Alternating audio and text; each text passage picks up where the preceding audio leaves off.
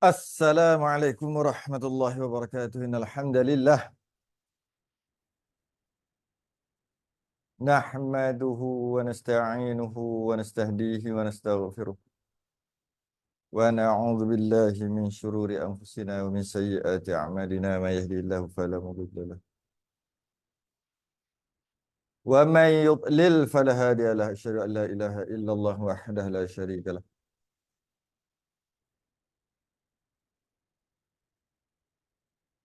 wa asyhadu anna sayyidana Muhammadan 'abduhu wa rasuluh. اللهم صل وسلم وبارك على سيدنا محمد الفاتح لما أغلق والخاتم لما سبق الناصر الحق بالحق والهدي إلى صراطك المستقيم صلى الله عليه وعلى آله وأصحابه حق قدره ومقداره العظيم. اللهم نور بالكتاب بصري وأتلق بلساني افرح بصدري واستعمل به تسري وقوتك فإنه لا حول ولا قوة إلا بك سبحانك لا علم لنا إلا ما علمتنا إنك أنت العليم الحكيم ولا حول ولا قوة إلا بالله العلي العظيم. أما بعد، Alhamdulillah, kita rafa'kan kesyukuran dapat kita sambung lagi kitab Risalah Tauhid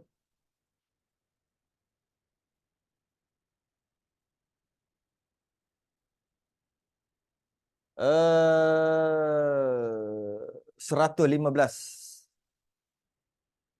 Rumi Jawi 71. Kita membahaskan tentang sifat yang wajib bagi Rasul, iaitu yang ketiga at-tabligh. At-tabligh, balagha, baligh. Kita panggil baligh, sampai umur. Baligh, baligh tu sampai. At-tabligh, menyampaikan. Qala al-musannif rahimahullahu ta'ala wa nafa'ana wa iyyakum bi'ulumihi fid darain amin ya rabbal alamin.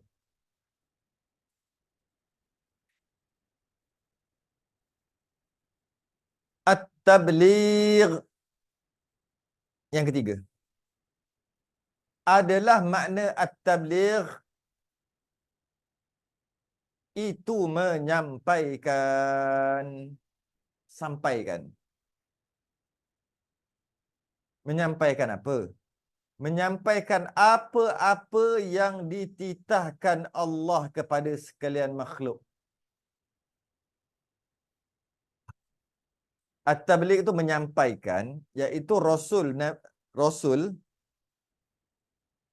menyampaikan apa yang dititahkan Allah Ta'ala. Perintah-perintah Allah disampaikan kepada Rasul.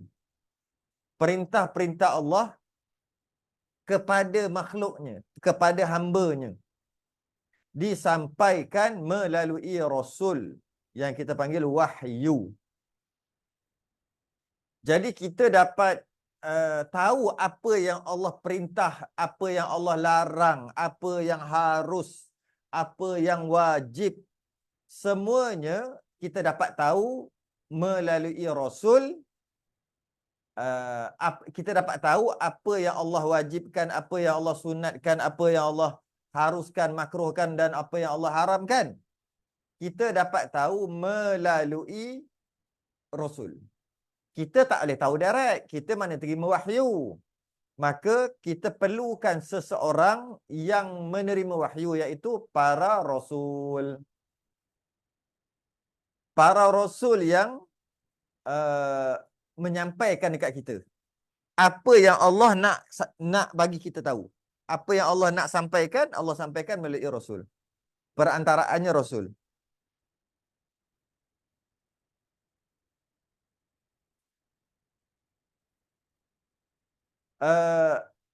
Rasul ni dia kerja menyampaikan aja. Dia menyampaikan sahaja. Dan dia tak sembunyi langsung. Apa yang disuruh untuk sampai, dia sampaikan. Apa yang Allah suruh sampaikan, maka dia akan sampaikan. Liya'lama an qad ablaghu risalati rabbihim wa ahata bima ladaihim wa ahsa kulla syai'in adada.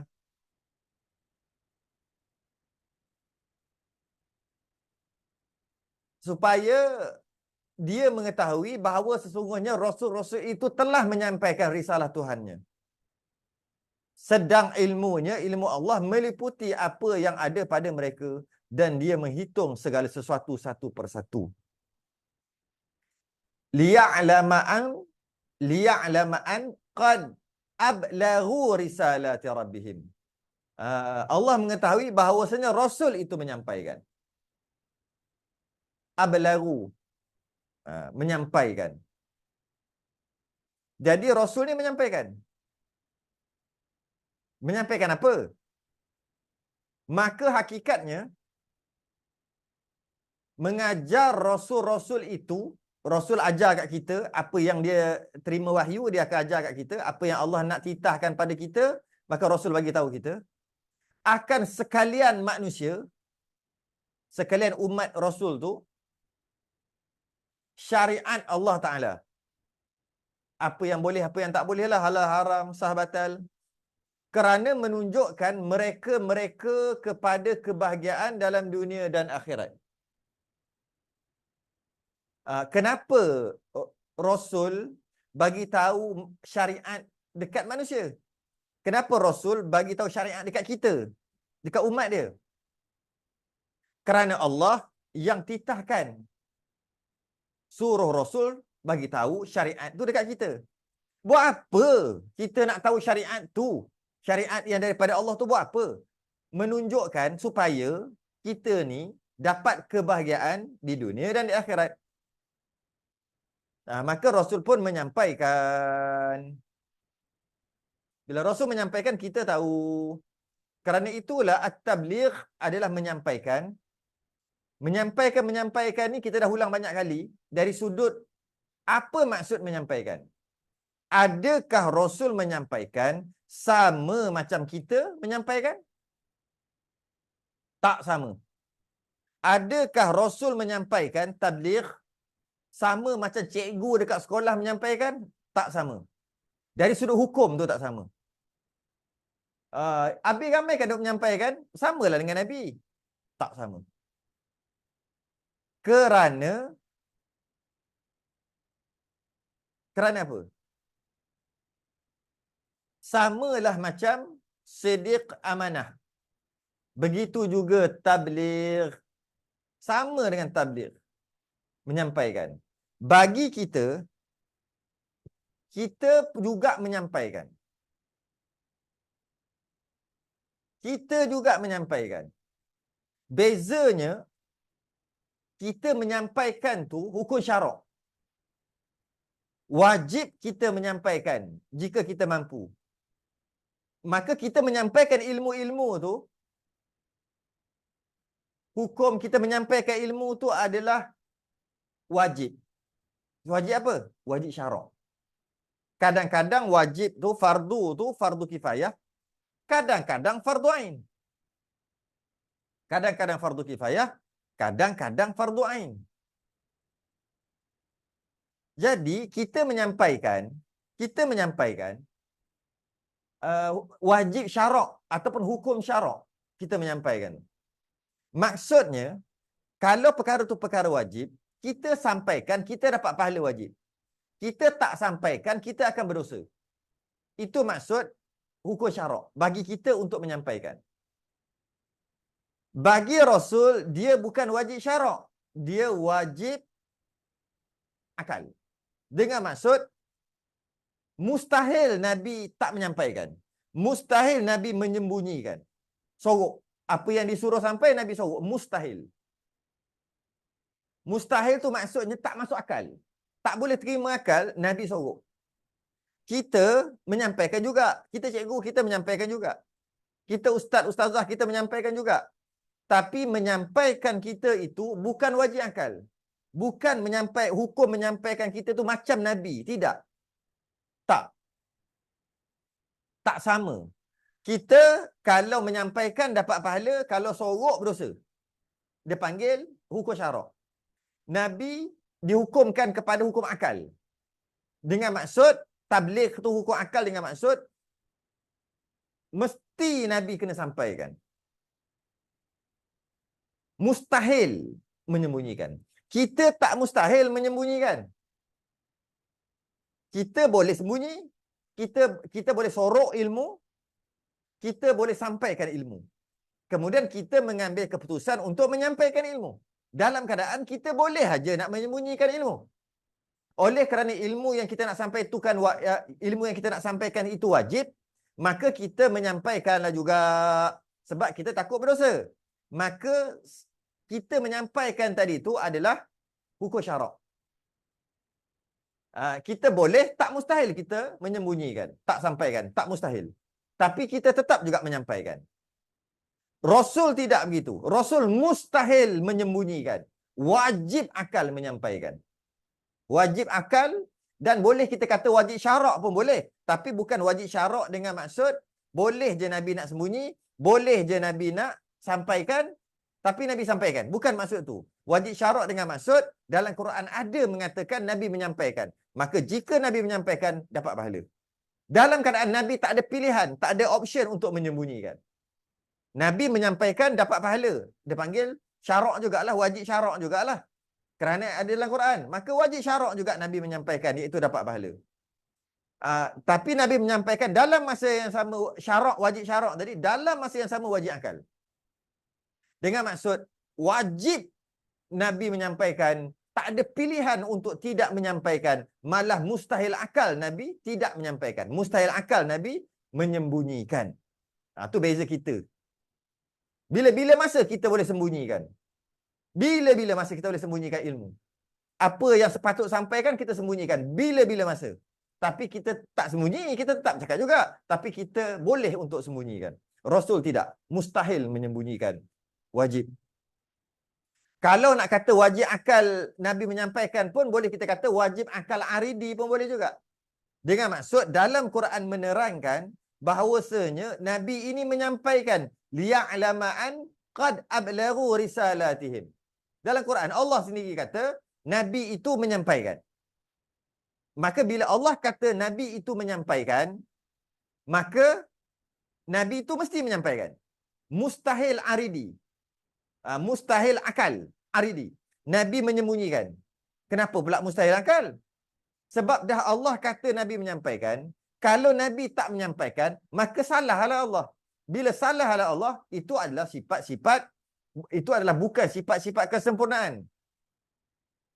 Maka kalaulah Nabi tidak menyampaikan, maksudnya apa yang Allah kata, apa yang Allah kehendak, apa yang Allah takdirkan tak berlaku sebab Nabi sorok. Sedangkan Allah kata dan Allah kehendak dan Allah tentukan Nabi menyampaikan. Tiba-tiba Nabi tak menyampaikan juga, maka lemahlah Allah kerana apa yang Allah tentukan tak terjadi. Maka rosaklah sifat ketuhanan. Mustahil rosak sifat ketuhanan kerana dia namakan Tuhan, dia mempunyai sifat-sifat kesempurnaan. Maka secara automatik Nabi wajib menyampaikan. Wajib apa? Wajib akal. Mustahil akal. Mustahil wajib akal apa? Wajib akal aridi. Wajib akal yang datang. Wajib mendatang. Boleh kata gitu pun boleh juga. Dan kata wajib syarak pun boleh juga Nabi menyampaikan, tapi dengan maksud Nabi menyampaikan tu dapat pahala. Bukan Nabi menyampaikan pun boleh, tak menyampaikan pun boleh. Nabi menyampaikan sebab Nabi tu Nabi, dia menyampaikanlah. Dalam keadaan dia mampu aja untuk tidak menyampaikan. Tidak. Mustahil Nabi tidak menyampaikan. Mustahil Nabi menyembunyikan apa yang disuruh untuk sampai. Sebenarnya tu sama je. Dah ulang daripada Siddiq, Amanah, Tabligh, lepas ni Fatanah pun sama je. Okey? Dan cara menyampaikan tu pula, dengan cara apa? Nabi menyampaikan tu dengan cara apa? Nabi menyampaikan dengan cara mengajar dan talaki. Bukan dengan cara membaca. Bukan dengan cara membaca, cara sampaikan tu. Tapi dengan cara mengajar, belajar dan talaki. Fatalaqa Adamu min rabbihi kalimat. Nabi Adam pun fatalaqa, talaki. Nabi Adam pun belajar. Jadi cara untuk menyampaikan dan menerima apa yang disampaikan tadi adalah dengan cara belajar, mengajar dan belajar. Proses belajar dan mengajar. Ataupun proses talaqi. Bukan dengan membaca semata-mata. Sebab tu ramai yang salah anggap. Wahyu yang pertama dia kata Iqra' bismi rabbikal ladzi khalaq. Memang betul. Iqra' bismi rabbikal ladzi khalaq adalah wahyu yang pertama. Iqra', bacalah dengan nama Tuhanmu yang menjadikan. Jibril pun suruh Nabi baca. Iqra', Iqra'. Maka kita kena banyakkan membaca. No. Iqra' bismi rabbikal ladzi khalaq adalah suruhan bertalaki. Suruhan belajar. Bukan suruhan membaca. Walaupun Iqra'. Iqra' tu dengan maksud membaca. Tapi murad yang dikehendaki bukannya membaca. Membaca menambah maklumat. Bukan menambah ilmu. Dia menambah maklumat. Maklumat tak sampai tahap ilmu. Sikit lagi. Dia duduk bawah sikit. Martabat kedua, maklumat ni. Atas daripada maklumat tu bawa ilmu. Atas pada maklumat tu bawa ilmu. Jadi, membaca belum sampai tahap ilmu. Membaca jambatan ilmu. No. Tak sampai. Membaca jambatan maklumat. Yes. Maklumat-maklumat ni ilmu lah. Yalah. Tapi tak sampai tahap ilmu haqqul yakin. Tak sampai ilmu sungguh. Dia boleh maklumat pun boleh kata ilmu juga. Sebab maklumat ni pun berasal daripada ilmu juga. Ain lam mim. Ain lam mim. Letak ta marbutah, letak mim kat depan. Ain lam mim. Ilm. Ilmu lah. Mim kat depan tambah. Mim kat depan. Dan tambah ta marbutah kat belakang. Jadi maklumat. Jadi ilmu-ilmu ni, yang kita kata ilmu tu, maklumat lah. Cuma tak sampai ilmu sungguh. Ilmu jazam tak sampai. Sekadar ilmu gitu-gitu. Maka dia duduk bawah sikit. Tahap dia adalah tahap maklumat. Bukan tahap ilmu. Walaupun nak kata ilmu pun boleh. Tapi tahap dia bawah sikit. Yang kita nak ilmu. Bukan maklumat. Maklumat pun nak juga. Maklumat tu akan membantu ilmu nanti. Banyak maklumat. Maka ilmu tadi mantap. Kemah. Tak banyak maklumat. Ilmu tu ilmu ada. Dia sekadar untuk guna diri dia je. Dia tak apa-apa kemas. Tapi okey juga. Walaupun tak ada maklumat. Itu perbezaan di antara ilmu dengan maklumat. Jadi membaca tu jambatan maklumat. Tak sampai tahap ilmu. Daripada bacaan tu perlu cek balik dengan guru. Baru dia jadi ilmu. Dia tak boleh baca aja. Ramai orang yang baca sesat. Ramai. Walaupun baca Quran sekalipun. Ramai yang baca Quran tapi sesat. Kenapa? Dia ambil daripada Iqra' bismi rabbikal ladzi khalaq lah. Jibril kata membacalah. Maksudnya, bacalah dengan nama Tuhanmu. Maksudnya, Jibril sedang menyampaikan. Jibril sedang menyampaikan kepada Nabi. Tabligh. Dan Jibril kata Iqra', baca. Maka kita kena banyakkan membaca. Untuk dapat maklumat, yes. Bacalah banyak-banyak untuk dapat maklumat. Tapi untuk dapat ilmu, mesti kena ada guru. Belajar tanpa guru hanya dapat maklumat. Betul. Cuba bagi budak baca buku matematik. Dia ada maklumat macam-macam. Formula tu, formula ni. Tapi dia tak boleh buat. Dia tak cukup ilmu. Tapi maklumat ada. Ada guru je, pam. Oleh kerana dia banyak maklumat, laju je dia boleh dapat ilmu tadi. Dengan banyak maklumat, ilmunya mantap. Dengan tak ada maklumat, ilmu tetap boleh juga berdiri. Cuma tak mantap lah, tapi boleh berdiri. Tapi kalau ada maklumat saja tak ada ilmu, maka maklumat tu boleh menyesatkan. Itu beza ilmu dengan maklumat. Walaupun maklumat itu berasal daripada perkataan ilmu juga sebenarnya. Jadi bila Jibril menyampaikan kepada Nabi dengan cara Iqra', maka kita kata banyakkan membaca. Sebab Jibril pun suruh nak menyampaikan, nak tabligh kepada Nabi. Jibril suruh Iqra'. Iqra' maksudnya membaca. No. Sebab apa? Sebab kita boleh tengok cerita ni. Kita tengok cerita ni.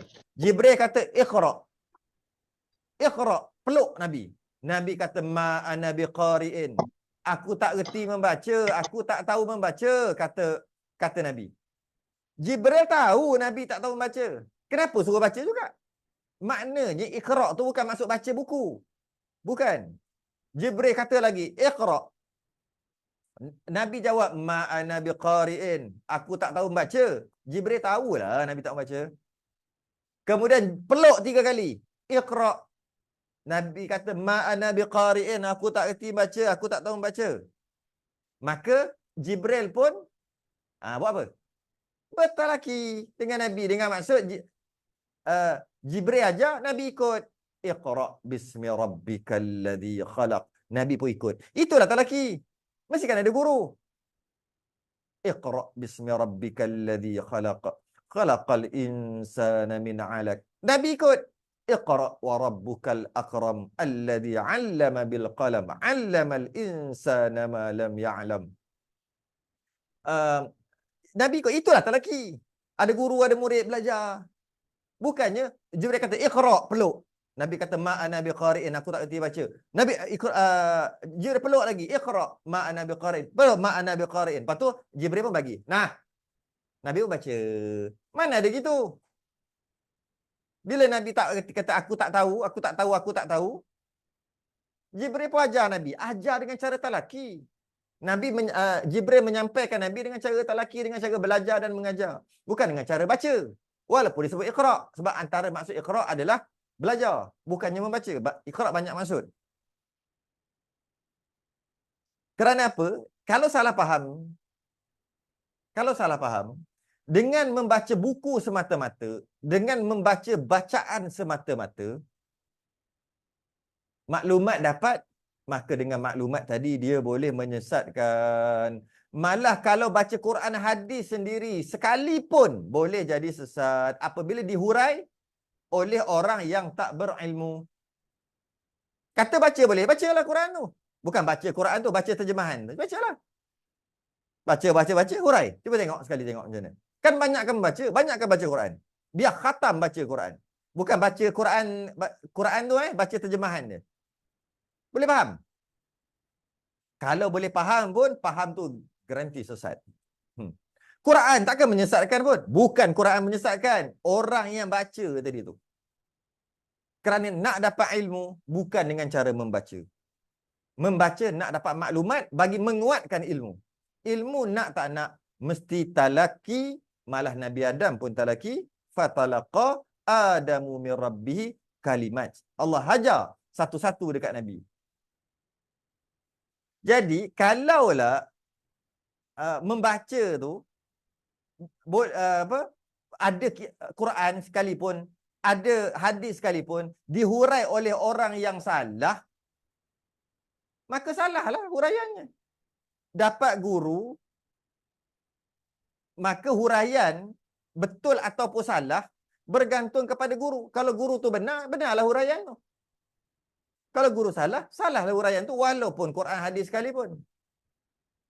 Ajaran-ajaran sesat yang berlegar berpuluh-puluh malah beratus-ratus, semuanya mengambil isinya daripada Quran. Tapi bila hurai, guru yang salah, guru yang sesat, maka murid pun jadi sesat walaupun baca Quran. Banyak dah berlaku. Banyak dah berlaku. Yang berlaku yang kata Nabi Musa yang pergi Isra' Mi'raj. Subhanallazi asra bi'abdihi. Abdihi itu adalah Nabi Musa. Ada. Rasul Melayu tu. Diturunkan Yasin tu dekat dia. Dia kata. Ada. Baca Quran tu. Baca Quran. Kalau guru Syiah, walaupun baca Quran, anak murid jadi Syiah. Kalau guru Mu'tazilah, baca Quran ni. Ambil daripada Quran hadis. Anak murid jadi Mu'tazilah. Walaupun baca Sahih Bukhari Muslim sekalipun. Anak murid, salahlah dengan guru yang salah. Kalau guru liberal, anak murid pun jadi liberal. Walaupun baca Quran. Itu yang syarah tak wajib pakai tudung. Dalam Quran tak ada suruh pakai tudung. Allah. Ghaddul basar tu berlambak ayat surah An-Nur dalam tu. Tentang melabuhkan tudung sehingga bawah dada dan sebagainya. Tiba-tiba dia kata tak ada pun. Macam mana dia kata? Jangan duk sibuk pasal orang punya rambut. Mana ada Islam tak suruh tutup rambut pun. Tak suruh pakai tudung pun. Macam mana boleh jadi gitu? Itu educated tinggi tu. Bukan calang-calang. Silap-silap. Lawyer kena saman ni cakapnya ni. Jadi, kalaulah guru liberal, murid pun jadi, walaupun baca Quran. Walaupun baca Quran. Jadi, maksud menyampaikan tu, Nabi menyampaikan kepada para sahabat dengan cara talaqi. Dengan cara mengajar dan belajar. Ada proses-proses pembelajaran tu bukan dengan cara membaca. Itulah sifat tabligh. Itulah yang dimaksudkan dengan menyampaikan. Okey. Lawannya kitman. Lawannya kitman. Menyembunyikan. Iaitu mustahil. Mustahil Nabi menyembunyikan. Mustahil akal Nabi menyembunyikan. Kita tak mustahil akal. Kita tak mustahil. Kita boleh menyembunyikan. Walaupun kita tak menyembunyikan, tapi tak mustahil kita menyembunyikan. Tok guru silat, banyak sembunyi buah-buah. Buah sepelek. Buah yang penting-penting, dia tak ajar ke anak murid dia. Silat-silat anak murid nanti macam mana? Lawan token nanti nak lawan balik tok guru dia. Tok guru dia buat keluar buah, baru kalah. Tak boleh bagi semua. Kalau tunjuk semua, kena lipat dengan anak murid. Sungguh. Sungguh. Jadi simpan. Maknanya, manusia ni, dia tak, bukan manusia, kita ni, tak mustahil untuk menyembunyikan. Tak mustahil. Tapi Rasul mustahil. Mustahil dengan maksud, mustahil akal. Tak masuk akal Nabi menyembunyikan. Kita masuk akal menyembunyikan. Cuma kita tidak menyembunyikan aja. Kita tetap menyampaikan benda yang benar. Kita tetap sampaikan. Kita tetap sampaikan perkara yang benar. Kita tidak menyembunyikan. Dalam keadaan tidak mustahil kita menyembunyikan. Rasul tidak begitu. Rasul menyampaikan, wajib akal menyampaikan, malah mustahil akal Rasul itu menyembunyikan. Tengok dalil akal. Dalil aklinya, dalil akal. Tengok. Iaitu jika tiada menyampaikan, kalau Rasul tu sembunyi, sorok apa yang diterima wahyu dia sorok, niscaya lazim ia menyembunyikan yang demikian. Maka jadilah Rasul tadi menyembunyikan. Bila tidak menyampaikan, bermaksud automatik menyembunyikan. Sorok. Sorok ilmu. Sorok apa wahyu yang disuruh sampai, Nabi sorok. Kalau Nabi tidak menyampaikan, bermakna secara automatik Nabi menyembunyikan. Lazim pula kita suruh mengikut menyembunyikan. Secara automatik, kita ni menjadi sunnah sorok ilmu. Kita ni menjadi sunnah untuk jangan sampaikan. Sorok. Jangan sampaikan. Automatik lah. Sebab apa automatik? Kita pun disuruh untuk tak menyampaikan juga. Kerana kita wajib mengikut perkataan dan perbuatan Rasul-Rasul. Kita disuruh oleh Allah untuk ikut Rasul.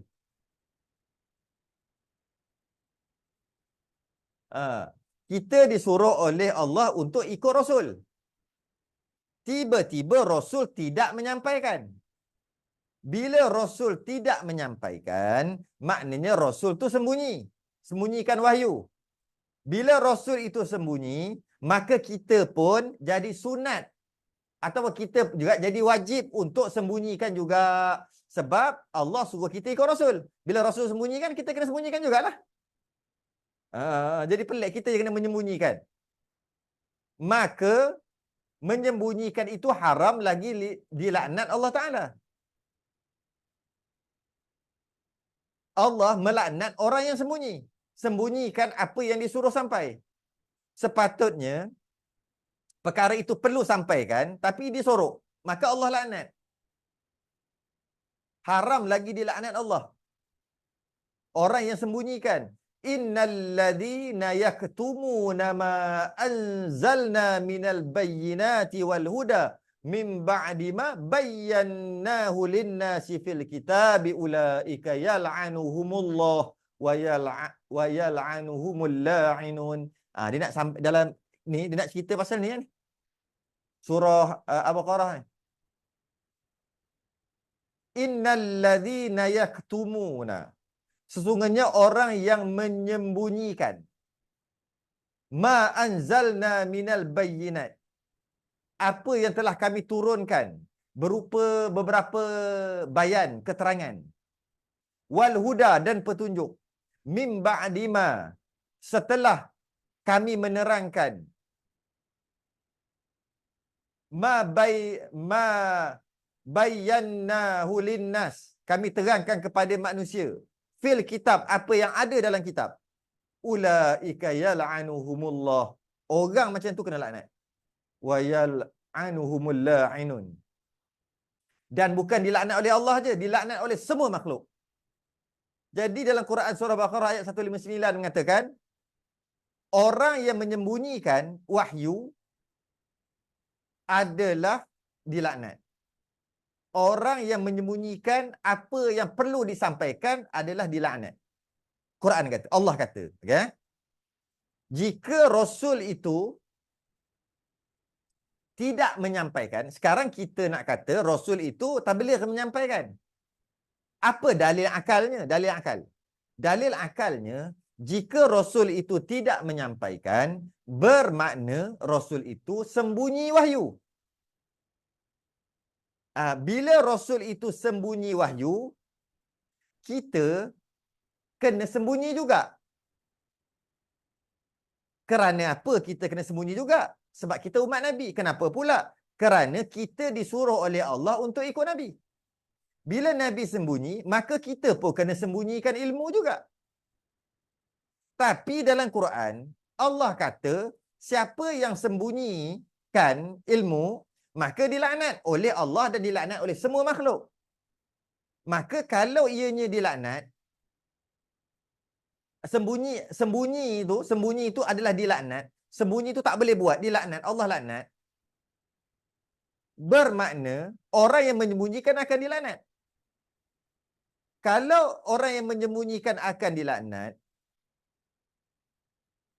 dalam masa yang sama, kalau orang yang menyembunyikan akan dilaknat, Rasul menyembunyikan, Nabi menyembunyikan, dan Nabi dilaknat. Okey. Kemudian Allah juga kata, ikut Nabi. Apa yang Nabi buat, Allah suruh ikut. Siapa yang percaya pada Allah, kena percaya pada Rasul. Ikut apa Rasul buat. Allah kata. Allah arahkan, Allah perintah suruh ikut Rasul. Dalam masa yang sama, Allah mengatakan, sesiapa yang menyembunyikan akan dilaknat. Ya? Siapa Allah yang sama jugalah. Allah mengatakan siapa yang menyembunyikan akan dilaknat. Menyembunyikan wahyu, menyembunyikan apa yang Allah nak sampaikan, dia sembunyikan, akan dilaknat. Dalam masa yang sama, Allah mengatakan kena ikut Rasul. Kalaulah Rasul itu menyembunyikan, maka kita pun menyembunyikan. Sebab Allah suruh ikut Rasul, maka kita sembunyikanlah juga. Tapi Allah kata, Allah yang sama juga kata, siapa sembunyikan akan dilaknat. Seolah-olah Allah suruh kita buat apa yang kena laknat ke? Macam tu. Mustahil. Sebab Allah melarang kita daripada buat satu perkara yang kena laknat. Maka kita tak bolehlah menyembunyikan. Kalau kita tak boleh menyembunyikan, maknanya kita tak ikut Nabi sebab Nabi menyembunyikan. Kita ikut Nabi. Allah suruh ikut Nabi juga. Dia dah jadi dah berpusing-pusing. Jadi tak kena. Allah suruh ikut Nabi. Nabi menyembunyikan. Maka kita pun ikut Nabi menyembunyikan. Allah kata siapa yang menyembunyikan akan dilaknat. Maka ikut Nabi dapat laknat. Hai. Siapa ikut Nabi dapat laknat. Sedangkan Allah suruh elak daripada laknat. Sekarang ni Allah suruh, seolah-olah Allah suruh buat laknat. Allah suruh buat sesuatu perkara yang dilaknat. Sebab Allah suruh ikut Nabi. Nabi menyembunyikan. Allah kata siapa menyembunyikan ada laknat. Dan Allah suruh ikut Nabi. Kita pun ikut Nabi. Maka seolah-olah Allah suruh kita buat sesuatu perkara untuk kita dapat laknat tu. Dalam masa yang sama Allah larang kita dari dia buat perkara yang mendapat laknat Allah. Sekarang ni sebenarnya Allah suruh apa sebenarnya? Maka lemahlah sifat ketuhanan kat situ. Maka mustahil lah. Sambung lagi. Maka mustahil.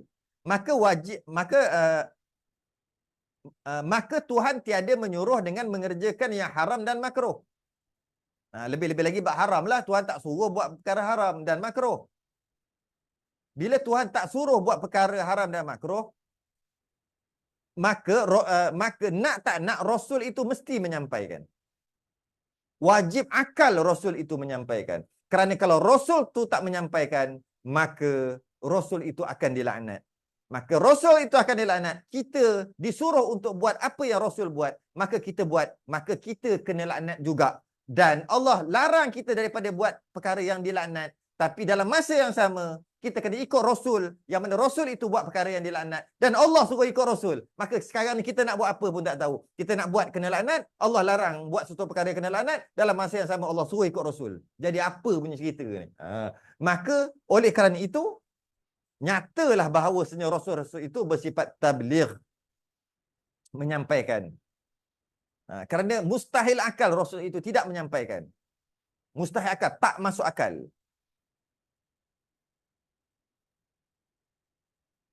Okay. Dia akan kembali kepada Allah nanti. Dia akan kembali kepada lemahnya Allah. Ataupun rosak sifat ketuhanan. Kerana itu mustahil. Rosak sifat ketuhanan mustahil. Bila mustahil rosak sifat ketuhanan, maka nak tak nak Rasul tu memang wajib akal. Mesti bercakap benar. Kalau Rasul tak bercakap benar, rosak sifat Tuhan. Oi, rosak Tuhan apa kena-mengena pula? Kita tak cakap, kita tabligh. Bila Rasul tidak menyampaikan, rosak sifat Tuhan. Apa pula kita tak menyampaikan, tak rosak apa sifat Tuhan? Itu kita. Kita tak menyampaikan, kita menyembunyikan, tak rosak sifat Tuhan. Tuhan tetap sama je, tetap berkuasa. Tetap mempunyai sifat-sifat kesempurnaan. Tapi kalau Rasul menyembunyikan, tak menyampaikan, rosak sifat Tuhan. Iaitu lemahnya Tuhan. Kenapa pula lemah? Kerana Tuhan menyuruh dan Tuhan mencegah dalam masa yang sama. Maka Tuhan macam tu adalah lemah. Kerana dia suruh dua perkara yang bertentangan. Iaitu dia suruh ikut Nabi. Dan dia larang untuk buat perkara yang haram yang dilaknat. Rasul pula tiba-tiba buat perkara yang menyembunyikan. Allah kata siapa sembunyi kena laknat. Allah kata ikut Nabi. Maka kita ikut Nabi. Dan Allah kata jangan buat perkara yang menyebabkan kau dilaknat. Tapi Allah kata kena ikut Nabi. Sedangkan Nabi itu buat perkara yang dilaknat. Maka tak masuk akal. Tak masuk akal. Itu panggil mustahil akal. Mustahil akal. Kerana dia akan merosakkan sifat ketuhanan. Okey. Soalannya maka, adakah Rasul tabligh? Ya, Rasul menyampaikan. Apa bukti akal? Apa bukti lagi Rasul tu menyampaikan? Bukti lain pula. Senang aja. Yang tadi dalil akal. Ini apa bukti yang kita dapat sekarang? Sekarang kita boleh tengok bukti. Tahu tak? Sekarang juga kita boleh tengok bukti bahawasanya Rasul itu tabligh. Sekarang juga, sekarang. Boleh dapat tahu Rasul tu, bukti. Apa bukti? Kalau orang tanya kan. Apa bukti Rasul itu menyampaikan? Sila jawab. Penat lah Tadi dah lah kuliah maghrib habis lambat. 9 lebih sejam 15 minit. Jeng sungguh surau tu. Balik-balik tak sempat apa setting terus sambung lagi. Tak sempat nak menapah. Cuba jawab sikit. Apa bukti? Bukti dalil akal kita dah cerita tadi. Hujah akal dah cerita tadi. Ni bukti yang kita dapat tengok sekarang. Rasul itu tabligh. Apa bukti dia? Sila jawab. Apa bukti dia?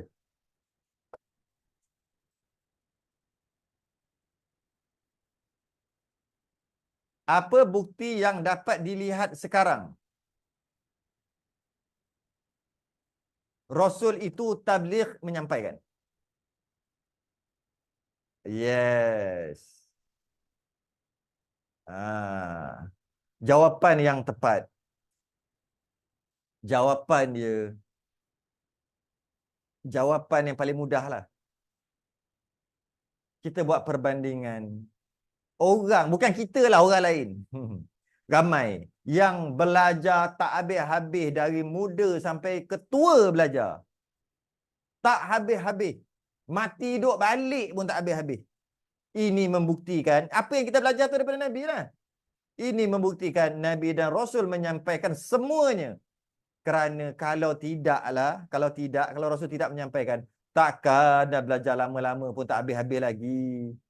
Patutnya habis dah lah. Habis belajar dah. Tak ada benda dah. Nabi tak habis dah apa yang Nabi.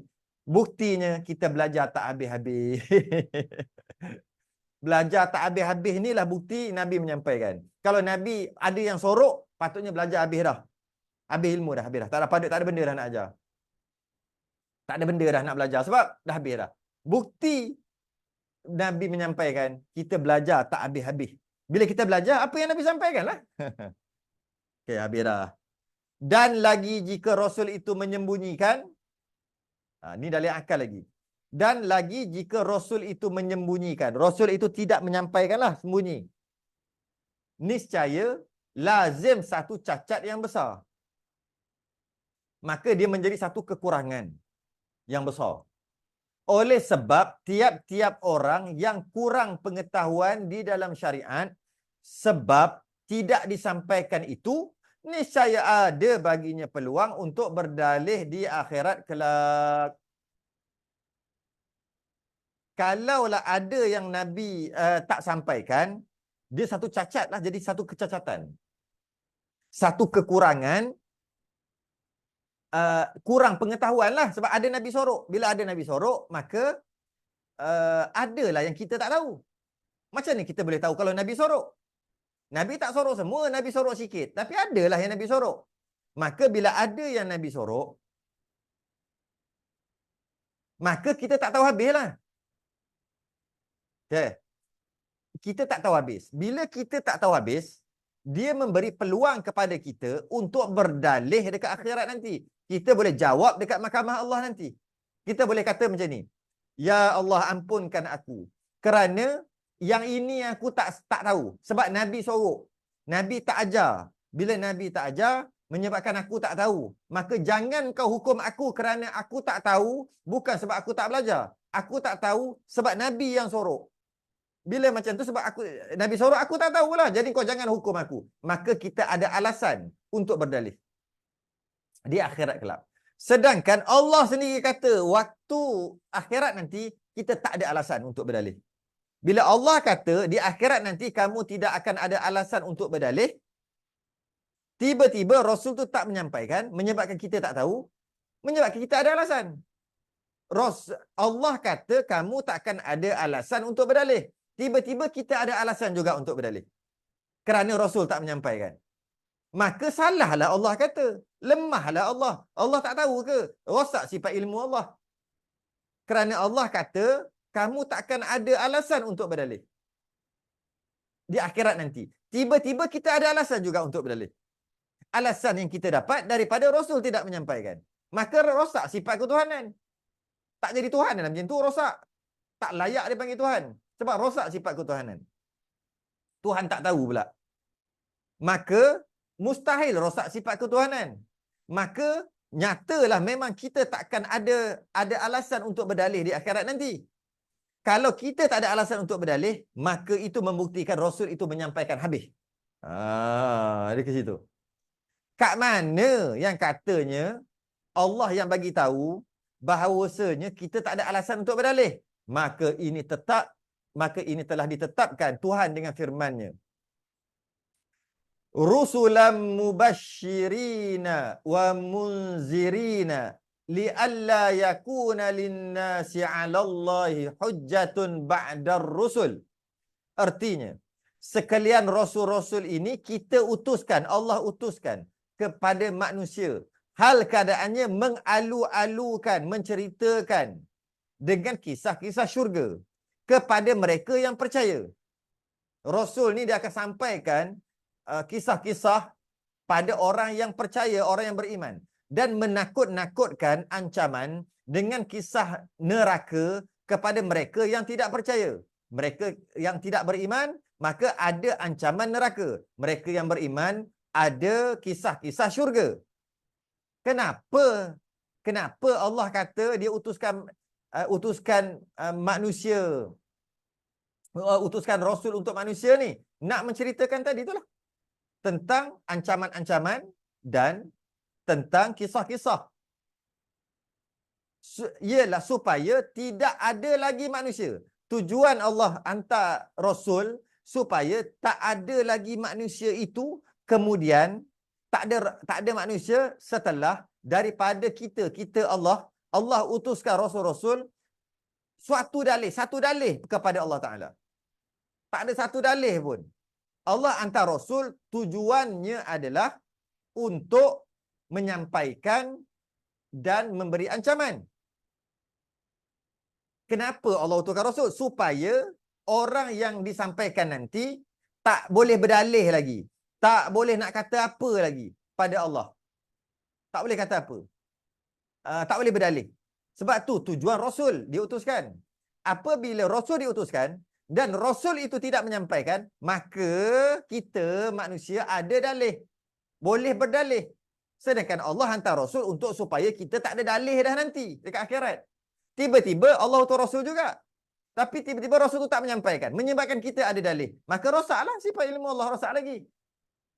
Sifat iradah Allah pun rosak. Iaitu Allah yang bersifat iradah menentukan, Allah tentukan, tiba tak jadi. Sebab Allah tentukan supaya makhluk-makhluk ni semua tak ada dalih. Tiba-tiba ada dalih juga. Kenapa ada dalih? Sebab Rasul tak menyampaikan. Bila Rasul tak menyampaikan, ada yang tak tahu. Bila ada tak tahu, maka umatnya semua tak tahu. Bila umat semua tak tahu, nanti dia boleh buat dalih. Bila dia boleh buat dalih, sedangkan Allah sendiri menentukan nanti tak ada dalih. Maka rosak sifat ketuhanan. Rosak sifat ketuhanan. Apa yang Allah kehendaki, apa yang Allah buat, tak jadi. Sebab Allah buat Rasul supaya tak ada dalih. Tapi dalih ada juga. Boleh pula bagi dalih. Sebab Rasul itu tidak menyampaikan. Maka rosak. Bila rosak sifat ketuhanan, maka hukumnya mustahil. Maka Allah mempunyai sifat-sifat kesempurnaan. Tak ada sifat kecelaan walaupun sedikit. Maka nyata daripada itu, kita memang tak ada dalih nanti. Tak boleh buat dalih. Bila kita tak boleh buat dalih, bermakna Rasul menyampaikan semua. Kalau Rasul tak menyampaikan semua, kita boleh dalih lagi. Maka itu membuktikan Rasul menyampaikan semua. Tabligh. Dia kata apa? Ya Tuhanku, mengapalah sebab Tuhanku lebih dahulu. Ya Tuhan, ya Allah, kenapalah engkau tak utuskan dahulu kepada kami Rasul-Rasul mengajak akan kami supaya kami boleh dapat tahu. Kita boleh beri dalih dekat Allah nanti. Kenapa kau tak utuskan Rasul yang memberitahu kami? Kami dah buat salah dah sekarang ni. Kami tak tahu. Kenapa engkau tak utuskan Rasul untuk bagi tahu? Sedangkan Allah utuskan Rasul. Cuma Rasul tu sembunyi. Tiba-tiba bila Rasul sembunyi, ada dalih. Ada dalih. Sedangkan Allah kata manusia tak boleh ada dalih pada waktu itu. Maka mustahil akal.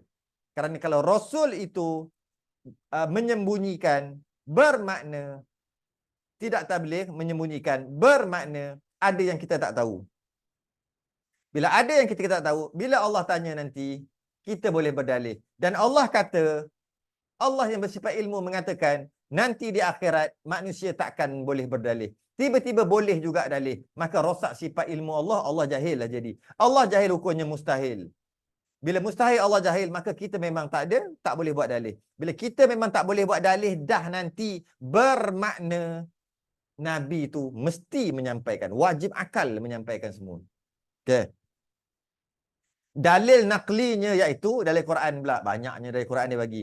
Ya ayyuhar rasul, balligh ma unzila ilaika min rabbik wa illam taf'al fama ballaghta risalatahu wallahu ya'simuka minan nas. Wahai Rasul, wajiblah engkau sampaikan kepada manusia segala perkara yang diturunkan kepada engkau. Surah Al-Maidah ayat 67.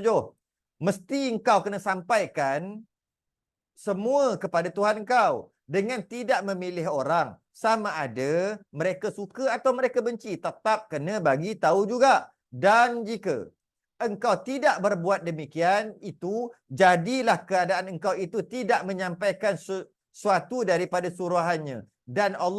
Dan Tuhan itu memelihara engkau daripada mereka yang kafir.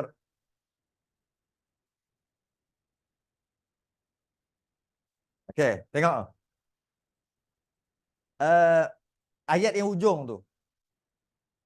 Sesungguhnya adalah Tuhan itu Allah memelihara, menjadikan engkau Rasul daripada mereka yang kafir. Allah memelihara, Allah takkan jadi Rasul tu kafir. Kafir itu maksud buat salah lah. Buat salah. Rasul tu menyembunyikan. Itu antara perkara yang maksiat. Wallahu ya'simuka. Ya'simuka. Allah memelihara Allah memelihara minan nas. Allah memelihara Rasul daripada mereka yang kafir. Jangan takut. Apa? Jangan takut. Sampaikan aja kepada orang kafir. Allah memelihara kamu. Jadi, di sini Allah mengatakan, wahai Rasul, wajiblah engkau sampaikan kepada manusia segala perkara yang diturunkan kepada engkau. Mesti kena sampaikan kerana Allah suruh. Allah melantik Rasul tu menjadi pesuruh dia dan Allah suruh. Jika Rasul tidak menyampaikan, rosak lagi sifat ilmu Allah kerana Allah tak pesuruh Allah sendiri dah berpaling tadah macam tu kot. Maka rosak. Maka wajib akal bila Allah melantik seseorang, maka Allah melantik, bila Allah yang lantik, maka pastinya lantikan Allah itu sempurna. Kerana kalau orang yang dilantik itu tidak buat pekerja, maka bermakna bos dia pun lemah juga. Lemah juga. Maka bila Allah melantik, pasti yang sempurna. Dalil naqli itu. Wallahu alam. Cukup dulu. Kita masuk fatanah. Tabligh dah selesai. Fatanah akan datang. InsyaAllah. Nabi bersifat fatanah, cerdik. InsyaAllah kita sambung minggu hadapan kalau tak ada apa-apa. Tangguh dulu. Mudah-mudahan dapat kepahaman. Kita sudah ingin tasbih kafarah dan suratul subhanakallahumma wa bihamdika.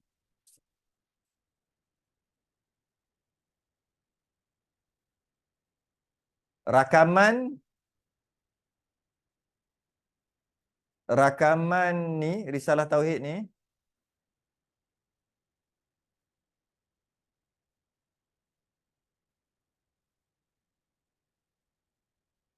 rakaman risalah tauhid ni